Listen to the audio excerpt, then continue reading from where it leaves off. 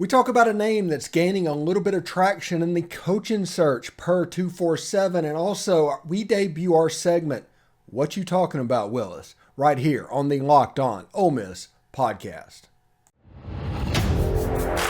You are Locked On Ole Miss, your daily podcast on the Ole Miss Rebels, part of the Locked On Podcast Network, your team every day.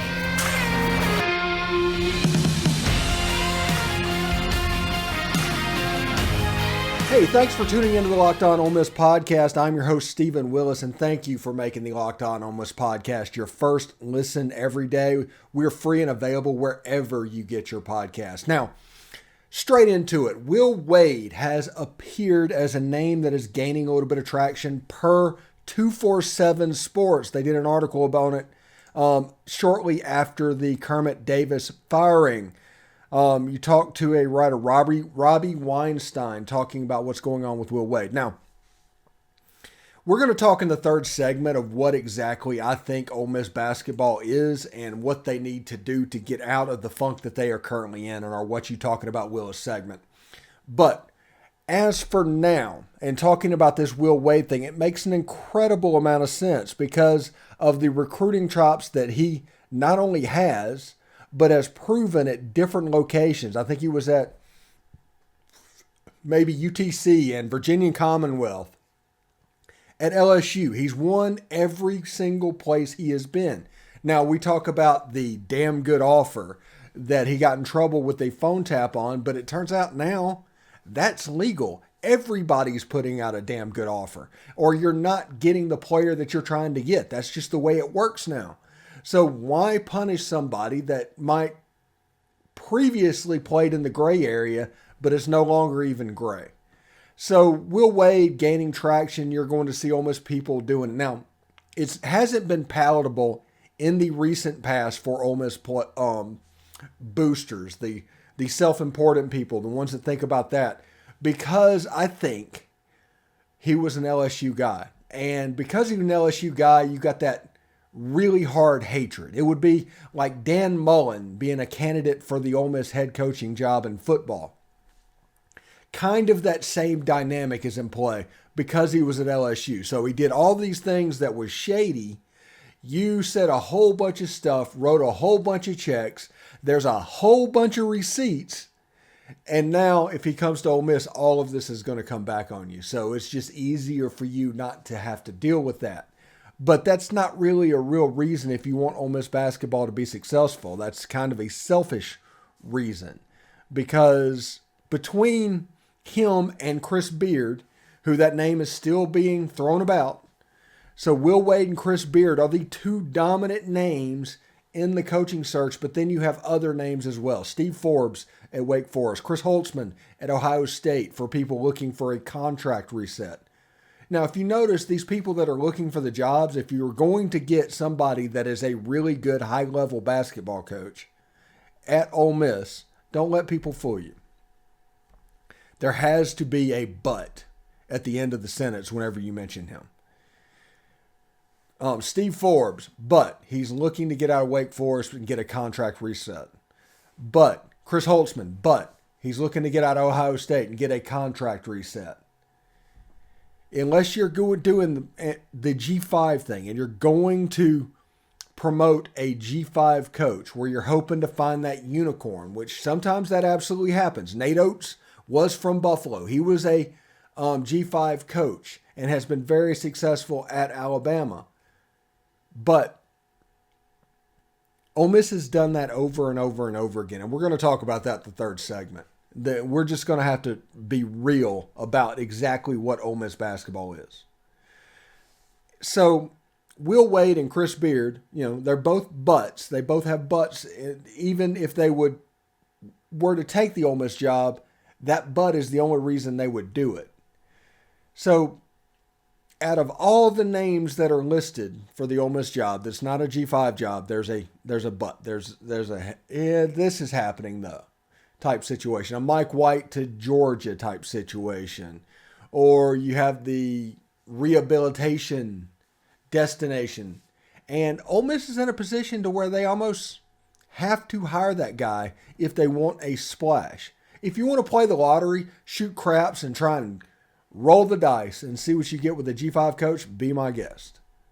But if Ole Miss wants somebody established, if Ole Miss wants somebody really good, proven, as close to a sure thing as they can get, they're going to have to take a risk.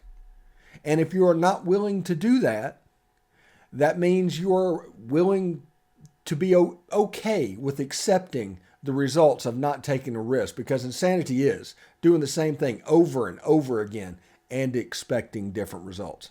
Ole Miss has hit one time on getting an outside coach, and that was the Rob Evans hire.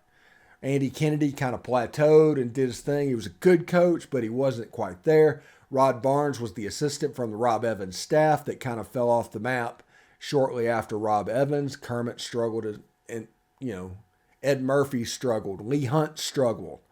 Heck, even Bob Weltlich struggled.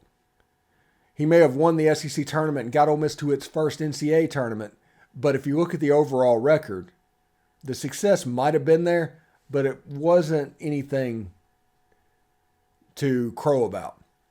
And if you think about it, I just told you the whole history of Ole Miss basketball.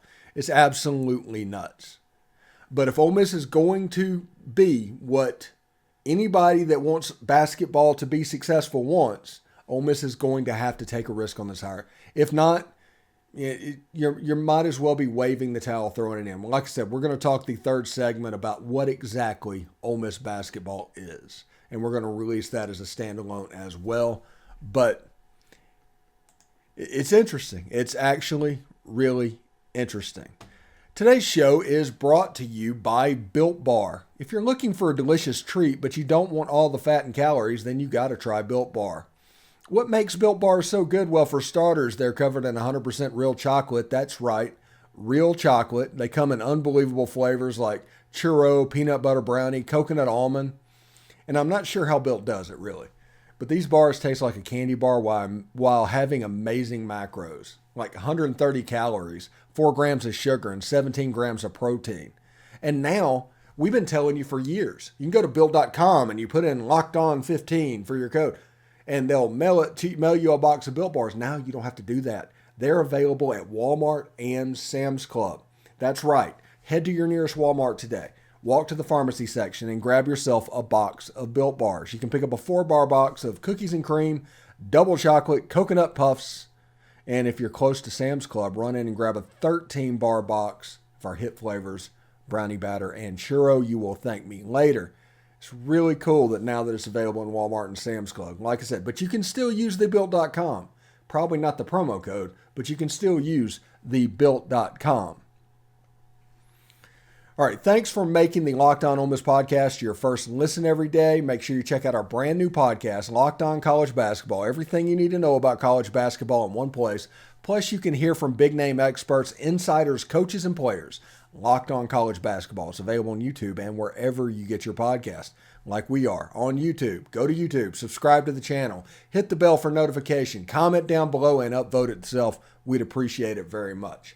Now, I was watching an MLS podcast over the weekend, and they did a segment on there where they were just going around, what reasons do each team have for hope going into the season? I thought, that is a really good premise for a podcast subject. So why do Ole Miss fans have reason for hope in 2023? We're still 6 months away from the season. So much water has to go under the bridge. The first practice for Walker Howard and Spencer Sanders hasn't even happened yet. The first practice for these skill players hasn't even happened yet. But what are the reasons for hope for Ole Miss football moving forward? And in 2023, it's going to be the quarterback position. This war, and this is absolutely going to be a war, of Spencer Sanders, who you are seeing like on On3 when they rank quarterbacks, he's the guy that gets ranked. Chris Lowe did an article talking about him getting ranked. It's absolutely bizarre because there's going to be a legit competition. And I think people are putting the cart ahead of the horse just a little bit on this one. Do not throw dirt on Jaxson Dart's grave just yet. This is a former Gatorade National Player of the Year. All the talent in the world. He can come through and do what needs to be done. He just has to. There's certain things that he can do to take his offense from a C plus rating to an A minus. That's actually fairly simple. He just needs to be able to pick up the middle of the field. He needs to pick up those linebackers. He needs to run the offense the way it's meant to be run. If he does that, he has a good chance to do it. Because him and Spencer Sanders are statistically the same exact quarterback. If you look at them, the same roughly amount passing yards, the same roughly amount rushing yards, same passing TDs, same rushing TDs. All this stuff that is over and over again pointed out by people, it's roughly the same year to year. And then you have Walker Howard, who has more talent than both of them. So this quarterback position, whoever wins this job is going to make Ole Miss better. Ole Miss will be better for whoever wins this quarterback job. You will not be better off for a person that finishes second in this quarterback job than the person that wins it. So enjoy it. Don't necessarily root for a player. Just root for all of them to be as good as they possibly can be, because whoever is the iron that sharpens iron and you finally get that finished product, you have a chance to be really good. The second reason Ole Miss football has a chance to have hope in 2023 is Pete Golding. And his defense that he is going to put in is going to look more similarly to the 2019 Mike McIntyre defense, the way they do things, than anything you've seen in the last couple of years. Which, honestly, thank goodness, right? But whenever you have a Jack and they're recruiting players like Chamberlain Campbell and DJ Holmes and the kid from Southwest Mississippi Community College to play that specialized position, that's the position that's going to be different than what Ole Miss has been running. That is what has been not on the roster. So Ole Miss needs to hit on one of two of those players, but spring practice will go a long way to determining how that happens. Who has a leg up? Who's ready for fall camp? Because the defense under Pete Golding, and I went back and I watched UTSA stuff, because you're going to have people all the time. It's like, Pete Golding only finished 10th with the players that Alabama has. What will he do at Ole Miss? Weird stuff. So you go back and you look at UTSA and see how they play defense. Still remarkably similar. You see a lot of Dave Aranda. You see a lot of that Delta State tree in there. And the defense is closer probably to that. Now, after having 5 years of influence with Nick Saban, you probably have a mixture of Nick Saban and Dave Aranda, which is not a bad way to have your defense constructed. You'll see a defense that is hyper aggressive. They like to play behind the line of scrimmage. I think they're going to turn the ball over quite a bit. You know, Deontay Dre Prince, John Saunders, those guys have a chance to have really good years. And Ole Miss fans should be excited about it, because their linebacker position, they've really grown up. And you have Suntarian Perkins, and you have players in the defensive backfield and on the defensive line that kind of fit what you want to do. So it'll be interesting to see. You're not going to shoehorn J.J. Pegues into a nose guard. You're going to let him play 3 technique or 5 technique or 4 technique out there on the outside and let his athleticism kind of work, because he is a special athlete. He really is. All right, when we come back, what you talking about, Willis? Debuting on this channel for the first time. I'm excited about it. We're going to talk about kind of 30,000-foot view of the Ole Miss basketball program and how we go from here and achieve our goals. So stick around. All right, thanks for making the Locked On Ole Miss podcast your first listen every day. We are free and available wherever you get your podcast, including YouTube. Do us a favor, subscribe, upvote, hit the bell, and of course, comment down below on the video. Now, we're going to do a new segment starting this week called What You Talking About, Willis? And it's something that's just been on my mind. And whenever I do that, occasionally I'm going to try to do this once a week, usually on the Monday show, but it just gives me a chance to think of what's going on. And with the Kermit firing and the candidates that there are out there and how this looks and how this goes, I just started thinking about it. And Ole Miss's basketball program is either last or next to last in the history of the SEC. They've never been a basketball school. They've tried. They had a little run in the late 90s, early 2000s that they were actually pretty good. Andy Kennedy plateaued them at like an NIT level, but they've never actually been good. Going back, it's like I told you in the first segment, you can actually go back and retrace the entire history of the Ole Miss basketball program in about 7 minutes. And that's not a good thing. You have Andy Kennedy, who's the all-time winningest basketball coach in Ole Miss history, who passed Country Graham. And Country Graham never went to the NCAA tournament. Never really did anything. And had to coach football on top of his basketball responsibilities. That tells you how it was to them back in the day. It's really interesting to think about, but Ole Miss needs to decide what they want men's basketball to be. Because there's a roadmap to being a successful basketball program inside the building already with Coach O. She's done a phenomenal job of resurrecting that program. And if you find somebody on the men's side that can do things similarly, you have a chance to really be successful.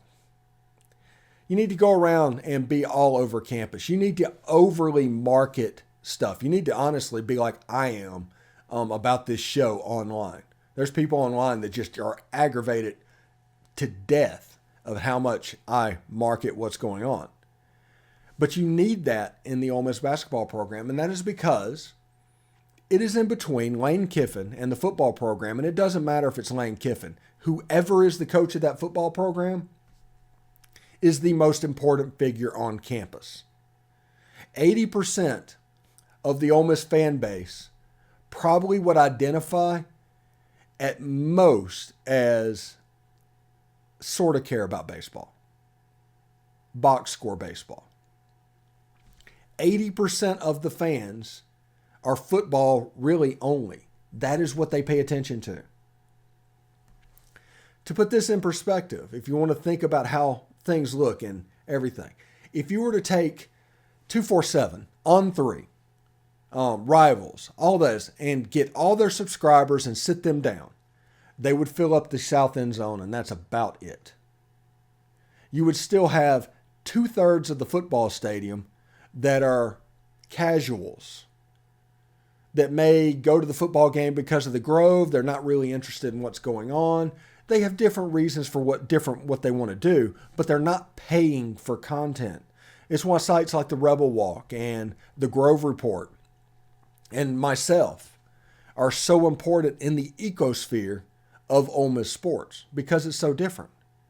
But even with as rabid of a football base as Ole Miss has, there's even rabid on top of rabid, and that's the people that's willing to pay for that content. If football went away right now, and it doesn't matter who it is, you would probably have 100 subscribers to a basketball site. Probably 200 to a baseball site of people that are willing to pay for that content. So that just lets you know exactly how football, basketball, and baseball are positioned in the hierarchy of Ole Miss sports. I genuinely think 80% is football only of the fan base. And if you look on Twitter, if you look everywhere, that's the way it goes. I do think 15% is at least box score fans of the baseball team. That and watching them. There's probably a few diehards in there as well, but mainly that's the way this is broken down. Basketball is non-existent. Right now, basketball is on par with women's basketball. And that's not an insult against Coach O. Coach O has done a really good job to get there. But basketball is there right now. It's potentially a number 4 on campus as far as importance in the athletic department. So, I say all of that to say this. Ole Miss needs to get risky on this hire, because it's not likely that you're going to hit on every single category that you have to hit in from a G5 when you're trying to project them moving up.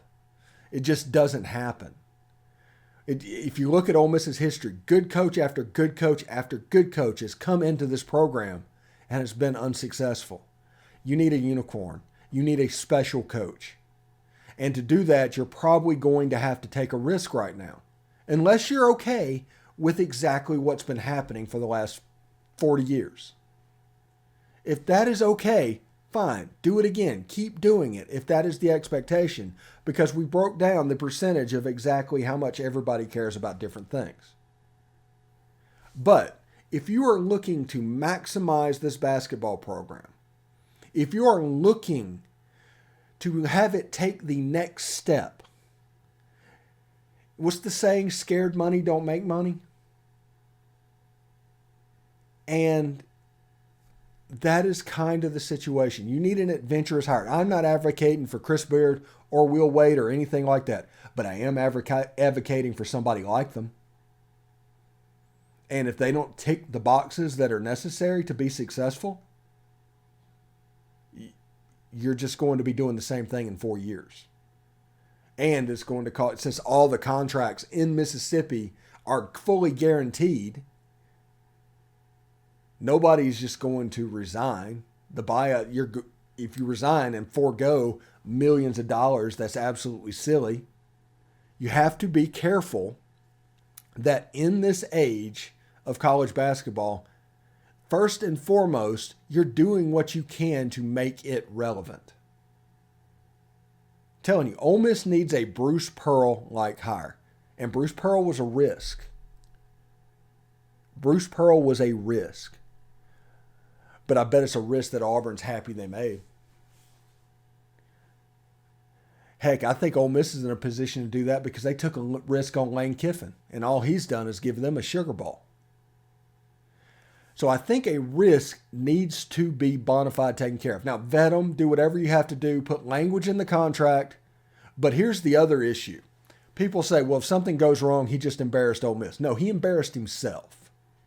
Ole Miss is going to hire a coach, and the information will be about that new coach almost as soon as it can be. It just is. That's the nature of this beast. There is no embarrassing an inanimate object. The only person he can do is ruin his life. That's the only thing he can do. Either Chris Beard or Will Wade. That's the risk they have, is to ruin their coaching future. And there's a good chance they don't want to do that. Because if you look at Chris Beard's past, to me, that looks like an isolated instance. I've heard stories. Everybody's heard stories, but that's just that. They're rumors. They're stories. But Will Wade, one-time thing, perfectly legal. It's one of those things. It's an isolated incident. It's now legal now. These are the risks that you have to look into. Now, I've heard Dusty May, and I've heard the contract reset people, which that always makes me nervous about that. But we'll see exactly how this happens moving forward. We had Jason Jordan on the show talking about how he expected Ole Miss to hire a G5 coach that makes the second weekend in the tournament. Until they don't, I still have to take that as a possibility, honestly. Anyway, thanks again for making the Locked On Ole Miss podcast your first listen every day. We are free and available wherever you get your podcast. Make sure you check out our brand new podcast, Locked On College Basketball. It's got everything you need to know about college basketball in one place. Plus, hear from big name experts, insiders, coaches, and players. Locked On College Basketball. Available on YouTube and wherever you get your podcast. Tomorrow, I hope my voice does a little bit better. Take care.